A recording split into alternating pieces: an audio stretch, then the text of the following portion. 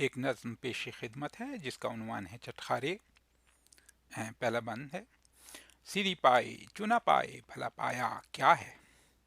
सिरी पाए चुना पाए भला पाया क्या है। लैम बिरयानी नहीं खाई तो खाया क्या है। गोलगप्पे नहीं चखे भला चखा क्या है। गोलगप्पे नहीं चखे भला चखा क्या है। ऐसे चटखारे बिना दुनिया में रखा क्या है। ऐसे चटखारे बिना दुनिया में रखा क्या है। इस ट्रेडमिल को मिला तौलिया लटकाने का काम।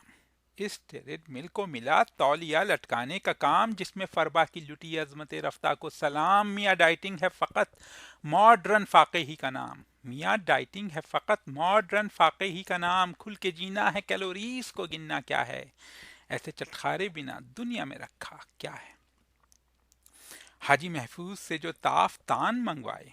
हाजी महफूज से जो ताफ्तान मंगवाए, फिर तो जावेद निहारी का मजा आ जाए। तिक्का बोटी जिसे खानी वो बुंदू खां आए। तिक्का बोटी जिसे खानी वो बुंदू खां आए। जाके बंस रोड पे देखो के फिर मजा क्या है।